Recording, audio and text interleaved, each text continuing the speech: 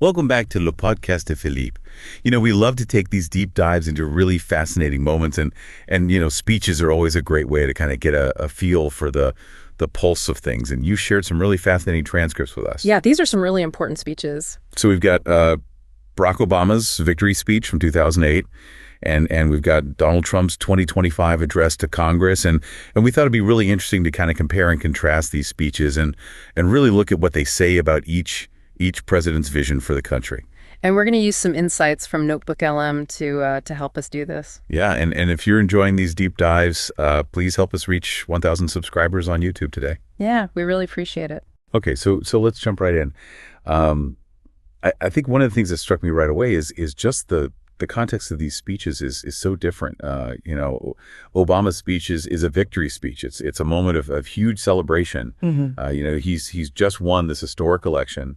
And Trump's speech is more of a State of the Union address. It's a few weeks into his presidency, and he's laying out his agenda. Yeah, and what's really interesting too is that Obama's speech is really focused on this idea of hope and change and unity. Yeah. He's talking about how America has come together to elect him, and how he believes that we can overcome the challenges that we're facing. Yeah, he really emphasizes the historic nature of his election, right? Yeah. As the first Black president of the United States, and he talks about how this is a moment of real progress for the country. Exactly, and he also talks about how this victory isn't just about him; it's about all the people who worked so hard to get him elected. He talks about the volunteers and the organizers and the voters who made this happen. Yeah, and he really stresses the diversity of his coalition.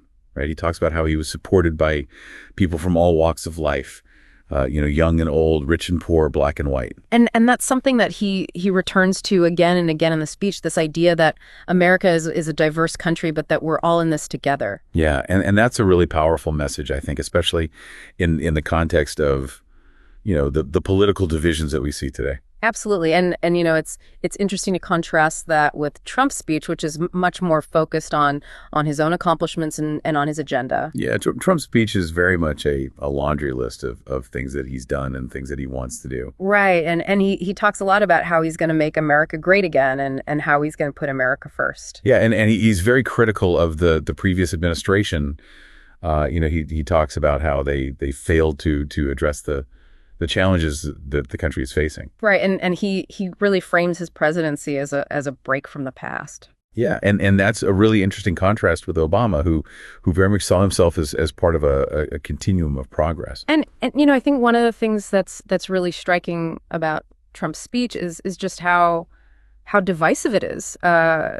He's very much speaking to his base, and he's not really trying to reach out to people who didn't vote for him. Yeah, and that's a real departure from Obama, who really tried to be a president for all Americans. Right, and I think that's something that's really important to keep in mind as we're comparing these speeches is just the different contexts in which they were given. Yeah, and the different audiences that they were speaking to. Exactly. So let's dive into some of the specifics of these speeches.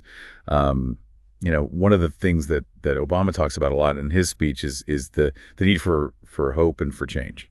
Yeah, he talks about how he believes that America is a country that's always striving to be better, and that we can overcome the challenges that we're facing.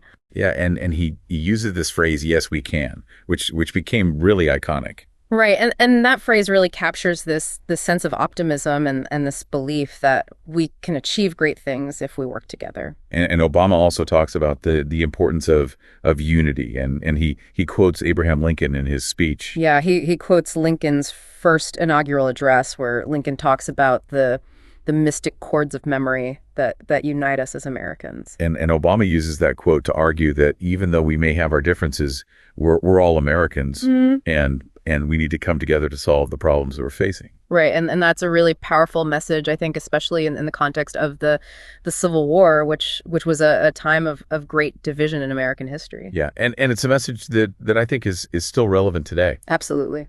So let's turn to Trump's speech. One of the things that Trump talks about a lot in his speech is the need for strength and for security. Mm-hmm. Yeah, he talks about how he's going to make America safe again, and how he's going to protect America from its enemies. And he specifically mentions illegal immigration and terrorism as threats that he's going to address. And he also talks about the need to rebuild the military and to project American power around the world. And Trump also talks about the need for economic prosperity. Yeah. And he lays out a number of policies that he says will create jobs and boost the economy. Yeah, he talks about tax cuts and deregulation, and he also talks about the need to renegotiate trade deals. And Trump also talks about the need to restore American values. Yeah. And he specifically mentions things like patriotism and family values. Right, and he also talks about the need to protect religious liberty.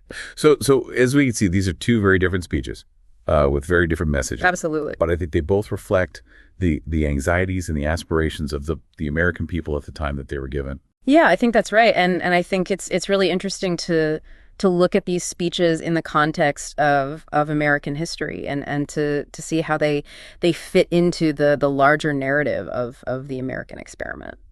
Well, thank you so much for joining me for this deep dive. It's my pleasure. And please remember to like and subscribe to Le Podcast de Philippe. And help us get to 1,000 subscribers on YouTube. Thanks for listening. See you next time.